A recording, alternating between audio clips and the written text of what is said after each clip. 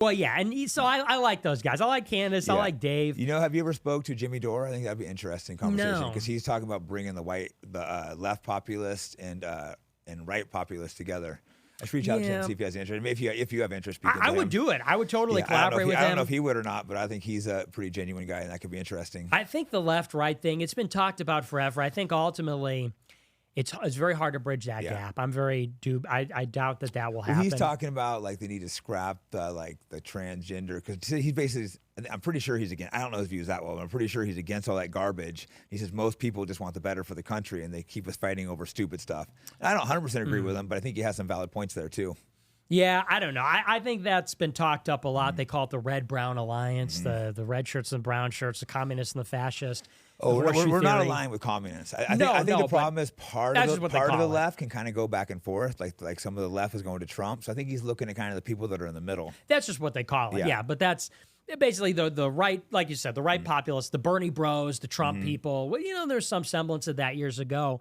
So, yeah, I mean, I would talk to him. But the thing with Candace, what I was going to say about Dave Smith is, and the proof of it is this, why it's a problem to reinforce anti-Semitism and all that.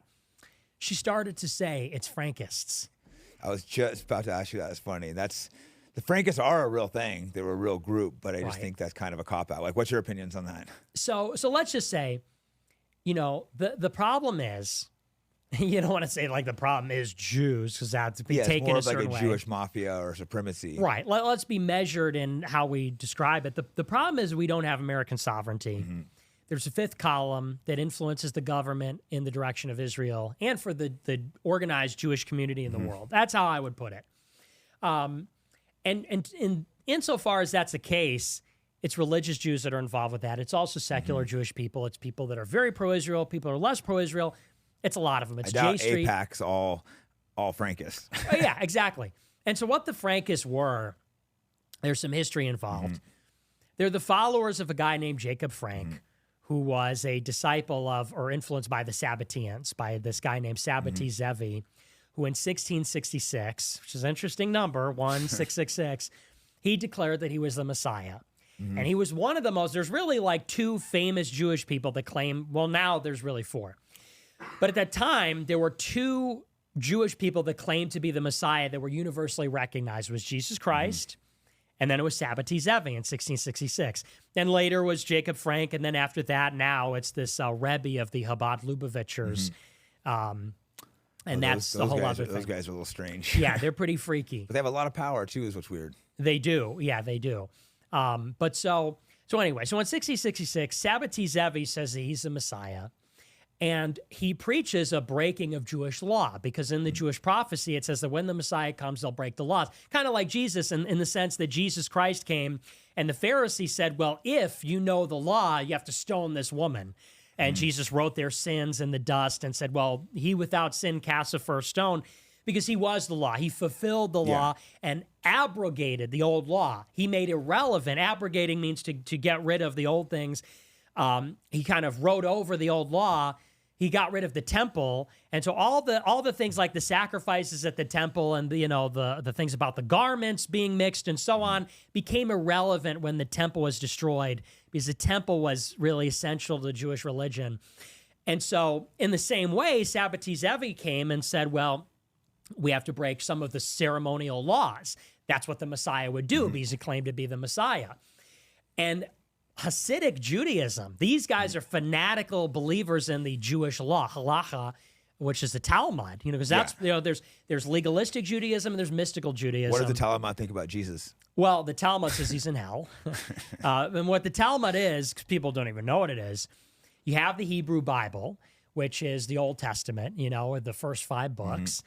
And contained in the Hebrew Bible are 613 commandments. The Jews are people of the law. They observe the law. They were given a law, the 10 commandments.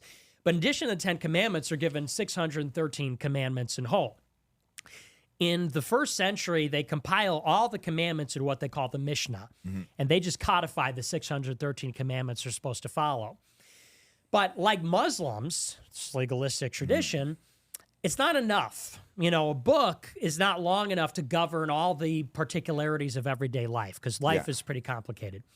So the rabbis, who are really like lawyers, they debate the law and they Yeah. debate how to apply it, and they come up with different explanations and whatever. And it's wild, the stuff in there.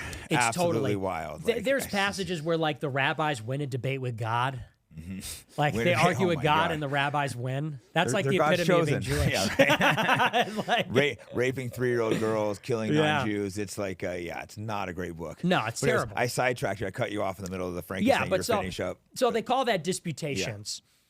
Is the debate, and anyway, that's the Talmud. So the Talmud, the most, and there have been different versions of the Talmud over the years, but the most sophisticated one, they call it. There's a Babylonian and a Jerusalem Talmud.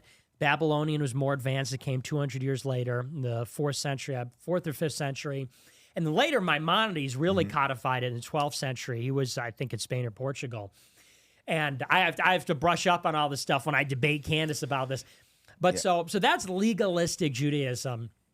And the Hasidic Jews were really like a response to the Sabbateans and the Frankists, is they believed in the law. The Sabbateans and then the Frankists were a radical offshoot of the Sabbateans later. The Frankists came up with this idea. They said sanctification through transgression.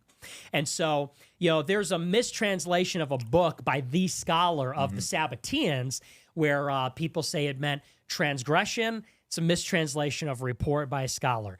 But Jacob Frank, who's a radical, said, no, we have to do evil and bizarre things. We have to do everything to sanctify ourselves because, there's some Gnostic concepts within legalistic and mystical Judaism where they say that, in order to become like God, we have to do everything. As above, so below. We have to do the good and the evil. They think that, Jews believe that God is not single but dual, and there's good and bad, and evil is contained within God. Like Satan and God are connected? Yes. Oh, wow. And so many Jews actually pray to the devil like they would pray to God. Interesting. Is that like some of the Baphomet stuff, or is that totally unrelated? That's 100% related to that. I've been seeing like all that in the music industry and stuff. Like several rappers mentioned about Baphomet, and like these like guys in the hood don't know Baphomet. That was really weird. It all comes from Kabbalah.